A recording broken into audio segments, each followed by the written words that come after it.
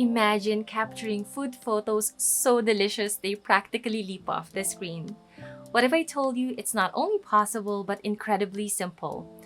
With just your iPhone and natural sunlight, you'll unlock the secrets to crafting images that tantalize the taste buds and leave your viewers craving a bite. Hi, I'm Rose, and I'm fortunate to live in one of the most stunning tourist destinations in the Philippines.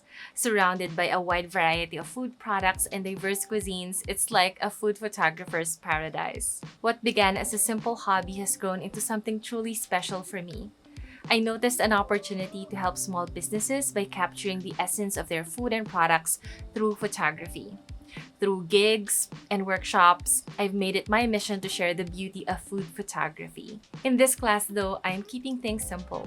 I'll be leaving all my professional gear at home and heading to my favorite restaurant, armed with just my iPhone and the natural light from the sun.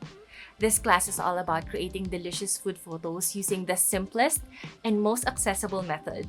Because let's be honest, while DSLR photos are nice, not everyone has access to them, plus they can be a bit conspicuous.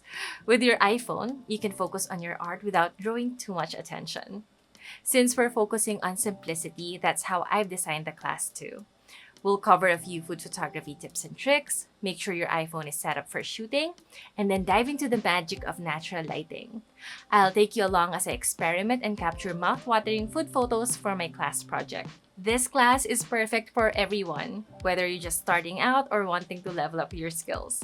You don't need any previous experience, just an eagerness to learn, experiment, and discover new techniques. All you'll need is your iPhone and a window to shoot your food. You can even join in from your favorite restaurant for our class project. Speaking of which, I'm super excited to share it with you in the next lesson.